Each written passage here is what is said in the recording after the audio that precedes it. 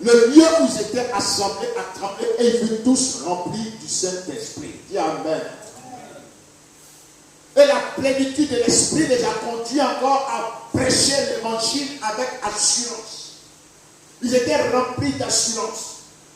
La peur avait disparu. La peur de la mort, la peur d'être flagellé, la peur d'être maltraité pour le Christ avait disparu et a fait place à l'assurance de prêcher la bonne nouvelle. Alléluia. Il continuait de prêcher l'évangile. Et l'opposition va aller de façon très accentuée. Après les menaces, cette fois-ci, ça serait le coup qu'on va leur donner. Amen. Amen. C'est-à-dire, on les a d'abord avertis, on les a menacés de ne pas le faire. Mais remplis de l'esprit, ils se sont mis à prêcher. Cette fois-ci, ils vont être tous arrêtés. Ça veut dire quoi? C'est plus Pierre et Jean, mais c'est tous les apôtres même qui vont être arrêtés et jetés tous en prison. Alléluia. Quand on parle du chapitre 5, après verset 12,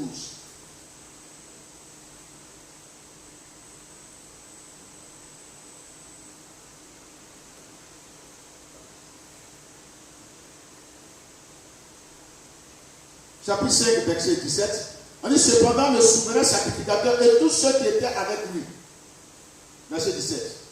Savoir le parti des Sadducéens se levèrent remplis de jalousie, mit les mains sur les apôtres et les jetait dans la prison publique. Mais un ange du Seigneur ayant ouvert pendant la nuit les portes de la prison, les fit sortir et leur dit, allez, tenez-vous dans le temple et annoncez au peuple toutes les paroles de cette vie. Dis Amen. Ils ont été arrêtés. Eux tous, aucun des apôtres n'a échappé. On les a tous pris. Imaginez, ce sont eux à qui le Seigneur a donné la responsabilité, non seulement de la mission, mais d'instruire les croyants. Si tout ce bac-là de serviteurs, d'apôtres avait été mis en prison et tué, ça allait être vraiment difficile, très difficile pour l'Église de continuer. Alléluia. Alléluia. C'était la jeune Église. C'était une jeune Église qui venait de naître. Donc imaginez que tous ces leaders qui ont prêché sont tous arrêtés, jetés en prison. Qui va continuer? C'était difficile. Alors qu'est-ce qui va se passer? Dieu ne va pas laisser la situation comme ça. Cette fois-ci, c'est un ange qui va envoyer, descendre pour ouvrir les portes de la prison et les faire sortir tous de la prison. Je vais vous dire Amen. Parce que le Seigneur veille sur la mission pour qu'elle s'accomplisse. C'est lui qui dit, je bâtirai mon église. C'est lui qui construit son église. Donc, quelle que soit la situation dans laquelle l'église peut se trouver, si elle est très dangereuse et qu'elle est capable de la faire disparaître, ce n'est pas par le Saint-Esprit qui va agir, mais le Seigneur lui-même descendra. Il enverra un ange agir. Et l'ange est venu, et l'ange a ouvert les portes de la prison, et puis leur a dit, sortez, allez-y prêcher. Cette fois-ci-là, n'allez pas dans la rue, mais allez-y à l'entrée, à la porte même du temple. Quelqu'un vous dit Amen. Vous voyez, ce qui a irrité les gens, c'est que la première persécution-là, lorsqu'ils les ont menacés, les apôtres remplis de l'esprit sont mis encore à prêcher. Ça produit un résultat qui a tellement sonné dans l'esprit des gens qu'il fallait trouver une solution pour arrêter ça. C'est-à-dire une solution un peu drastique. Regardez un peu le résultat que cela a produit. Dans le verset 2 du chapitre 7, lorsqu'ils furent remplis du Saint-Esprit, ils sont mis à prêcher l'évangile, on dit beaucoup de miracles et de prodiges se faisaient au milieu du peuple par les mains des apôtres. Ils se tenaient tous ensemble au portique de Salomon à l'entrée du temple. Et aucun des autres n'osait se joindre à eux, mais le peuple les louait hautement. Le nombre de ceux qui croyaient augmentait, hommes et femmes s'augmentait de plus en plus, en sorte qu'on apportait des malades dans les rues, qu'on les plaçait sur des lits et des couchettes, afin que lorsque Pierre passerait, son ombre au moins couvrit quelques-uns d'eux. La multitude accourait aussi des villes voisines à Jérusalem, amenant des malades et des gens tourmentés par des esprits impurs, et tous étaient guéris. Dieu. La menace n'a pas arrêté la mission. Dans la plénitude de l'esprit, ils sont mis encore à prêcher. Le résultat était encore plus fort, plus retentissant que le premier qui les a poussés. Le premier, c'était le miracle, n'est-ce pas, d'un boiteux. Cette fois-ci, c'était des milliers de miracles. Alléluia. Et la Bible dit que le nombre des disciples augmentait davantage. Il y avait une croissance fulgurante. Et ça troublait les gens. Alors ils ont décidé, au chapitre 7, de les mettre tous en prison. Mais, quand toute attente, un ange vient les faire sortir. Et le lendemain, il vient, il demande aux gardes d'aller chercher les prisonniers qu'ils ont mis là-bas. Ils s'en vont, la prison est vide. Il revient et dit, on est parti des gens qu'on a mis en prison. La prison est vide. Les portes sont vides. On ne sait pas qui a fait. On demande aux gardes comment ils sont sortis. On ne sait pas. On se rend compte que matin, là, tout est vide. Les gens ne savaient pas quoi faire. Ils ont commencé maintenant à spéculer. Il dit, bon, ce qu'on va faire, c'est parce qu'on les a menacés, ils n'ont pas écouté. Et les gens ont vous dire, ils sont à l'entrée du temple. Et ils sont en train de prêcher. Ils sont encore d'enseigner.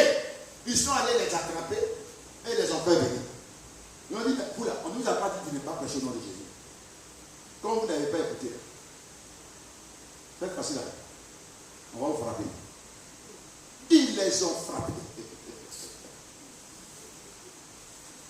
Amen. Ils les ont frappés, chicotés. Et la Bible dit que les apôtres étaient heureux et joyeux d'avoir été frappés pour le nom de Jésus. Quelqu'un peut dire Amen. On peut acclamer très fort le Seigneur. Ils étaient heureux et joyeux d'avoir été battus pour le nom de Jésus. Ils étaient contents. Alléluia. Mais cela a eu un impact encore considérable. Ça ne les a pas arrêtés. Regardez le verset 42. On dit, et chaque jour dans le temple et dans les maisons, il ne cessait d'enseigner, d'annoncer la bonne nouvelle de Jésus. On vient de te frapper. De toute façon, on t'a frappé là. Et puis tu es content. Avec toutes les traces, les plaies, sur votre dos. Vous sortez de là et vous êtes heureux et vous allez prêcher la bonne nouvelle. Je vous dis, cela est possible quand l'Esprit de Dieu te remplit. Tu es heureux parce que tu comprends le sens de tes souffrances. Tu sais pourquoi tu es battu. Tu n'es pas battu parce que tu as volé, parce que tu es méchant, parce que tu as fait le mal. Mais c'est parce que le Seigneur t'a envoyé annoncer la bonne nouvelle de Jésus-Christ de Nazareth.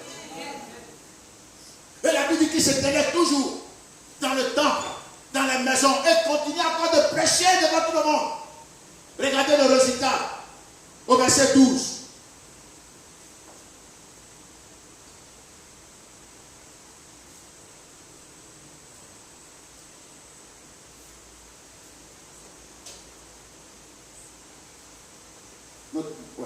Au verset 7 du mois du chapitre 6. Regardez le résultat au chapitre 6, verset 7. Regardez le résultat. Il est écrit, la parole de Dieu se répandait de plus en plus. Le nombre des disciples augmentait beaucoup à Jérusalem. Et une grande foule de sacrificateurs obéissait à la foi. Quelqu'un peut dire Amen. Amen. Au départ, ce sont le peuple qui se convertissait. Mais le ministère exercé à l'entrée de la porte du temple a produit un effet considérable. Cette fois-ci, ce n'est plus les fidèles, ce n'est plus le peuple seulement qui se convertissait, mais c'était les sacrificateurs eux-mêmes. Et vous savez, les sacrificateurs, c'est ce que Dieu avait choisi au temps de Moïse pour servir Dieu, offrir des sacrifices de la part du peuple à Dieu. Et ils servaient dans le temple. Cette fois-ci, ce sont ceux qui servent dans le temple qui se sont convertis à Christ. On dit plusieurs sacrificateurs ont obéi à la foi en Jésus. Quelqu'un pour dire Amen. Amen. Vous voyez le Seigneur. Quand la persécution est rude, le fruit et les résultats sont aussi grands. Alléluia. L'Esprit de Dieu travaillait avec eux. Et il prêchait l'évangile dans la plénitude de l'Esprit de Dieu. Nous devons comprendre le sens de notre vocation. Nous devons savoir que nous sommes appelés à une mission. Et pour cette mission, on va être persécuté. On va être, n'est-ce pas, l'objet de haine, de méchanceté de la part des gens à cause de notre foi. Mais nous ne devons pas pleurer, nous ne devons pas nous décourager. Nous ne devons pas dire, mais pourquoi je suis comme ça? Pourquoi les gens me détestent parce que je prêche Jésus? Je vais vous dire, ils ont détesté Jésus avant nous. C'est parce qu'ils l'ont détesté qu'ils l'ont tué, ils l'ont crucifié. Et Jésus dit, s'ils m'ont haï, ce n'est pas vous qui ne vont pas haïr.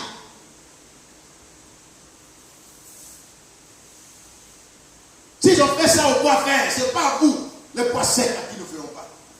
Le serviteur n'est pas plus grand que son maître. Le maître, notre maître, c'est Jésus. Nous sommes ses serviteurs. S'ils ont persécuté notre maître, ils l'ont crucifié, alors sachant que nous serons aussi persécutés. Mais ce qui est important aux yeux de Dieu, c'est d'accomplir la mission. C'est de répandre l'évangile pour le salut des âmes. Tous ceux-là sont maltraités pour la cause de l'évangile. Ils sont persécutés pour la cause de l'évangile. Parfois on parle des apôtres en disant le content heureux. Mais on ne voit pas la souffrance qu'ils ont endurée jusqu'à ce que l'évangile, pour que l'évangile nous parvienne aujourd'hui. On est prêt à tout abandonner pour un problème d'argent, pour un problème de nourriture, pour un problème de ceci, pour un problème de CE, pour un problème de maison. C'est quoi? On t'a même encore frappé déjà, tu abandonnes. Et je te frappe. On t'a même pas encore déshabillé. Seulement on t'a insulté, tu es fâché, tu veux abandonner la foi. Et si on te mettait nu comme Jésus?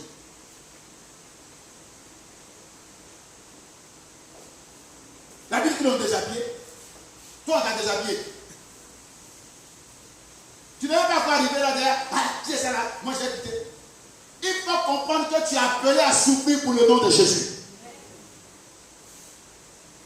On est les témoins de Jésus. Alléluia. Mais la persécution va aller davantage plus grand. C'est facile. À la place des coups, ce qui va arriver, c'est la mort. Les gens seront tellement déterminés, ils disent, bon, voilà, on n'a pas pu les arrêter, c'est facile. Ce sont les sacrificateurs qui sont dans le temple, qui font le service là, qui se convertissent. On ne va plus maintenant les laisser. Si on a tué quelques-uns, ils vont avoir peur. Ils vont arrêter. Amen. Et ils vont commencer maintenant à mettre les menaces de mort là en vigueur.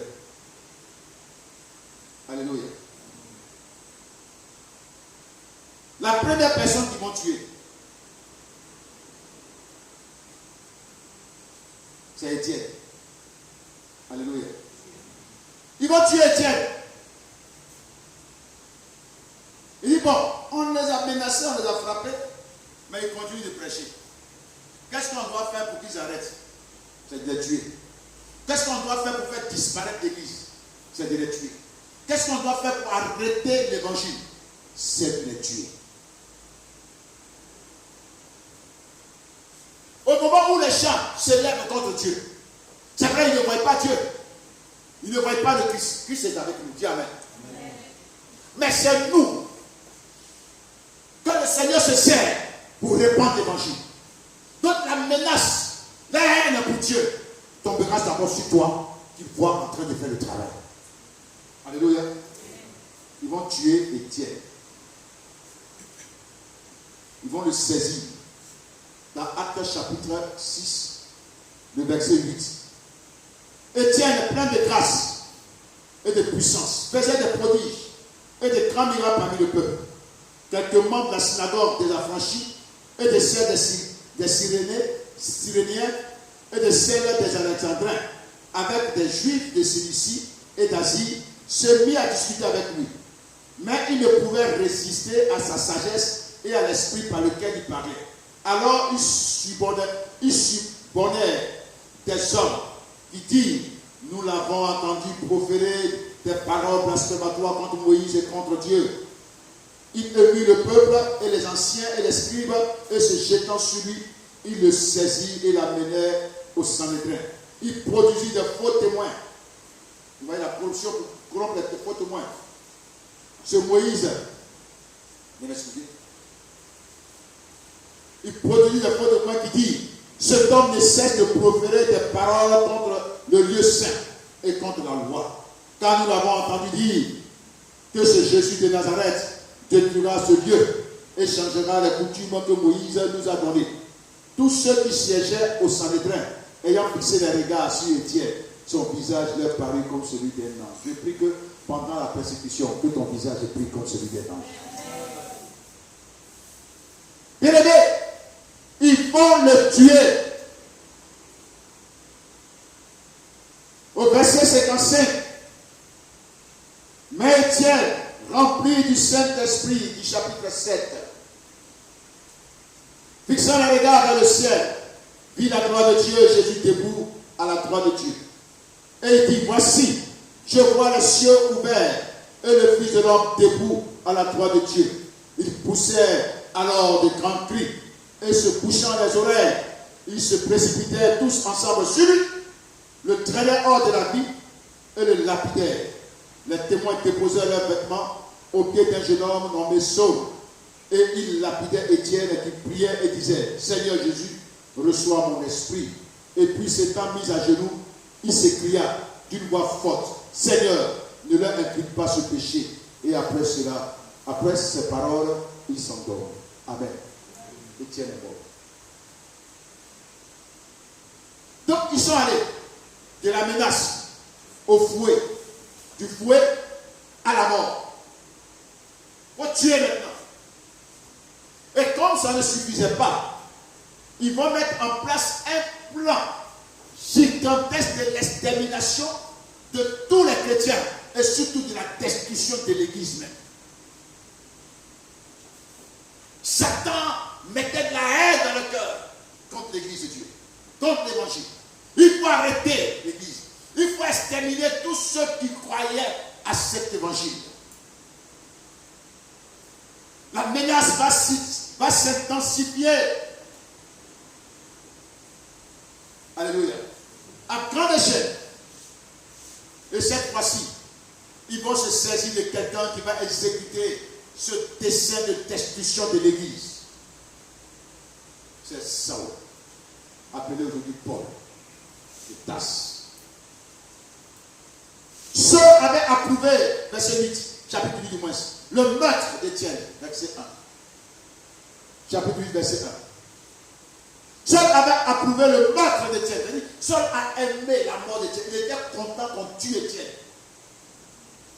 Il était heureux qu'on le tue. Il a tellement approuvé cela qu'il était déterminé. Et la Bible dit qu'il y eut en ce jour une grande persécution contre l'église de Jérusalem. Et tous, excepté les apôtres, se dispersaient dans les contrées de la Judée et de la Samarie. Amen. Il y a eu une grande persécution qui s'est déclenchée contre l'église de Jérusalem dans le but de la faire disparaître.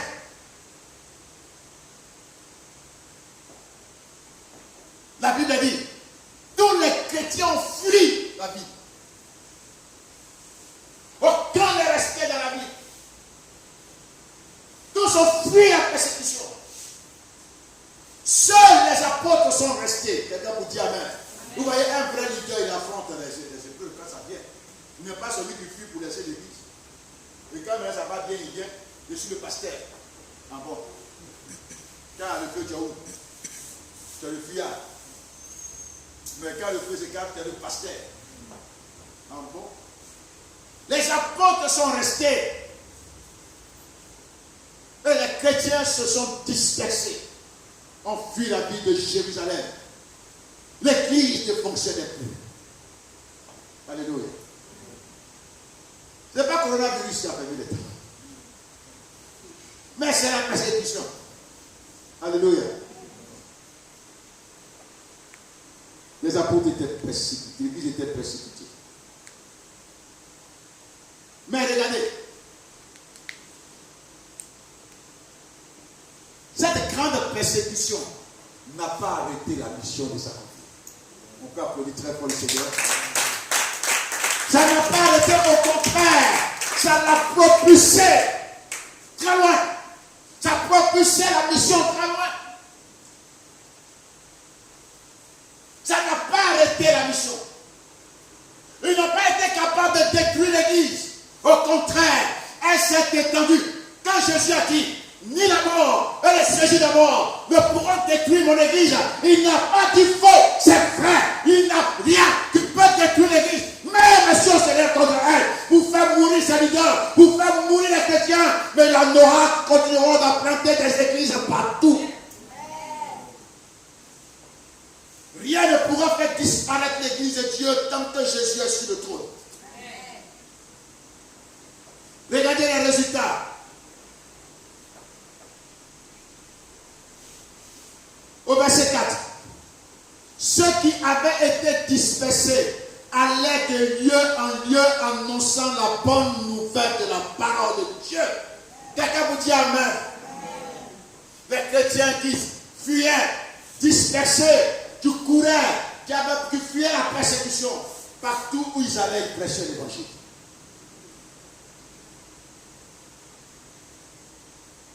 Amen. Il est prêché l'évangile de Dieu. Et cet évangile-là s'est étendu dans les autres contrées. Au moment où les dispersés prêchaient l'évangile, un autre fut envoyé en Samarie. C'est Philippe. Il arrive sur les Samaritains, prêche l'évangile. Les Samaritains se convertissent, l'église est née. Quelqu'un vous dit Amen. Et ceux qui se sont répandus partout pour prêcher l'évangile, regardez au verset 31 du chapitre 9.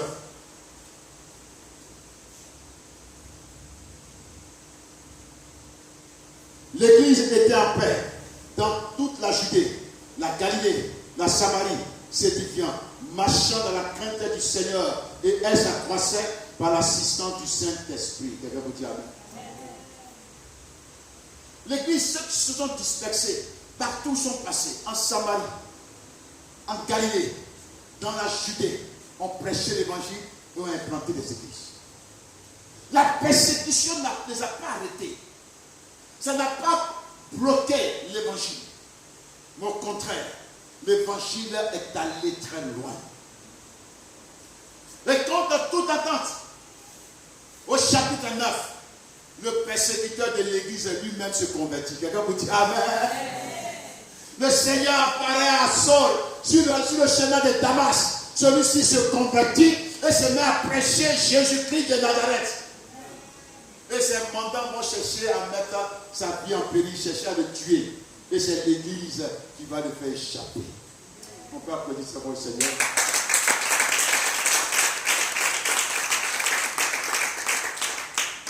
Non seulement que l'église s'est étendue en Galilée, en Judée, dans la Samarie, mais elle s'est étendue en Césarée. Dans Actes chapitre 10, verset 9, on nous parle de la conversion de la famille de Corneille à Césarée de Philippe. Elle s'est étendue à Jopé, elle s'est étendue à Lyde, elle s'est étendue, n'est-ce pas, partout dans les contrées, et elle s'est étendue à Antioche. Alléluia. Alléluia.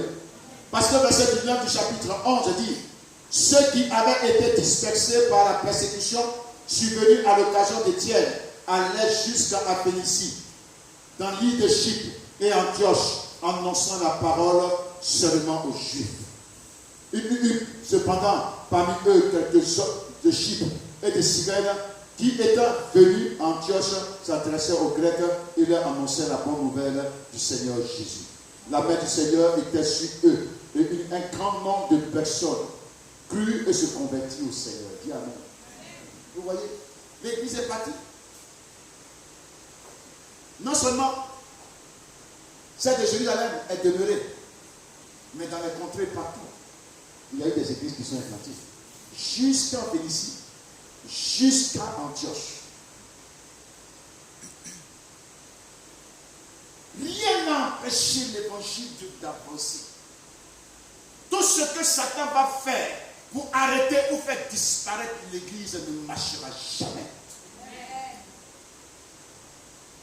Si Dieu permet certaines choses d'arriver, c'est encore élever plus son nom au travers de ces éléments.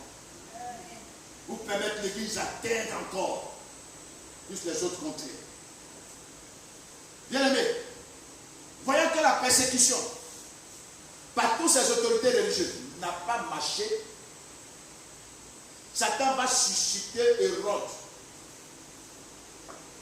Cette fois-ci, c'est le roi lui-même qui va entrer en jeu pour détruire l'Église. Le pouvoir religieux à ce temps-là a échoué. Le Sanhédrin a échoué. Avec leurs gardes, ils ont échoué. Ce sont eux qui ont servi Jésus. L'ont maltraité et l'ont donné à Pilate, qui a prononcé la sentence. Amen. Mais cette fois-ci, ils ont échoué. Et le roi Hérode lui-même va entrer en jeu. Dans le chapitre 12.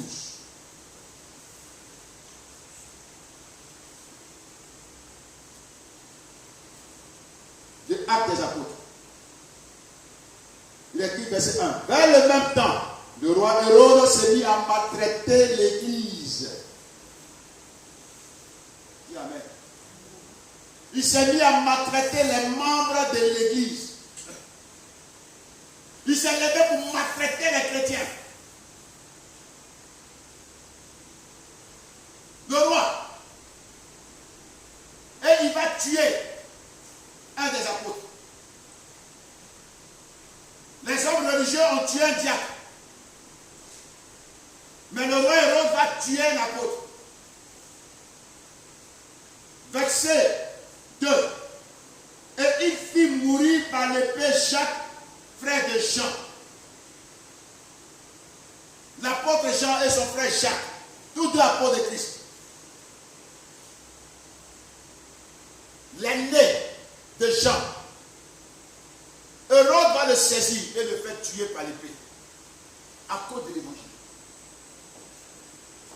Et comme cela plaisait au peuple, qui était content de voir Hérode maltraiter l'Église. Hérode, dans toute cette joie que le peuple lui donnait, va se lever, va continuer. Cette fois-ci, il va saisir Pierre. Il va décider de le faire mourir. Il va l'emprisonner. Quand on lit la suite, il dit, voyant que cela était agréable aux Juifs, il fit encore arrêter Pierre. C'était pendant les jours de pain sans levain. Après l'avoir saisi et jeté en prison, il le mit sous la garde de 4 escouades, de 4 soldats chacun, avec l'intention de le faire comparaître devant le peuple après la Pâque. Amen. Il a décidé de faire mourir Pierre. Mais la Bible dit l'Église intercédait pour Pierre. Quelqu'un peut dire Amen. Bien aimé, il ne faut pas que l'Église oublie la prière. Et continue de prier pour ses leaders. Continue de prier pour ses responsables. Continue de prier pour elle-même. L'intercession est importante. Quand l'Église s'est mise à prier, la Bible dit que Dieu a envoyé un ange descendre dans la prison et faire sortir Pierre.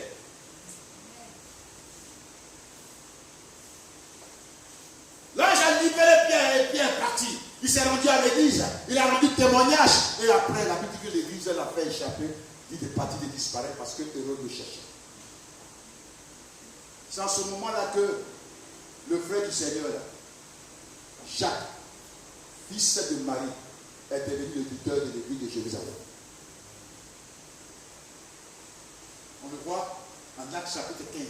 Et l'apôtre Paul parle de lui en Galates chapitre 2. C'est Jacques, le frère du Seigneur. Puisque Jacques, frère de Jean, est mort, l'autre apôtre est mort. Mais là, c'est Jacques, le frère du Seigneur, Jésus, là, le fils de Marie. C'est lui maintenant qui aura la direction de l'église de Jérusalem, à l'absence de Pierre. Alléluia. Bien-aimé, la persécution n'a pas pu arrêter l'évangile de progresser. Et c'est là le succès de cette victoire-là vient du Seigneur et de son Esprit. C'est pourquoi on a besoin tous de nous soumettre à Dieu pour avoir la victoire. Quand David dit, avec l'Éternel nous ferons des exploits, ce n'est pas faux. Si tu ne t'attaches pas à Dieu, les ennemis qui se lèveront contre toi seront plus forts que toi. Mais si Dieu est avec toi, tu seras plus fort que eux et tu remporteras la victoire. L'Église doit s'appuyer sur le Seigneur et l'Église doit se laisser remplir et conduire par le Saint-Esprit. Nous allons nous arrêter là. Et par la grâce de Dieu, le dimanche, on va voir l'autre partie concernant le conflit interne de l'Église. Et on parlera de la marche et de la plénitude du Saint-Esprit. Dis Amen. Alléluia. Tu vas prier le Seigneur. Il ne faut pas avoir peur. Et il ne faut pas craindre. C'est pourquoi Paul pouvait dire, on nous regarde comme des bébés destinés à l'accoucher. Parce que le Seigneur nous envoie dans ce monde plein de haine pour lui, pour annoncer l'évangile. On sera l'objet de persécution. On sera maltraité. Même certains ont envie de mourir pour leur foi en Christ. Mais dans tout cela, c'est d'être trouvé agréable au Seigneur. Prie le Seigneur. Pour dire, Seigneur, je m'engage à te servir. Tu as fait de moi un missionnaire. Tu as fait de moi un témoin pour annoncer l'évangile. Prêcher la bonne nouvelle partout. Tu me montres que je dois m'appuyer sur toi, compter sur toi et me laisser conduire par ton esprit dans cette mission pour réussir. Prions le Seigneur.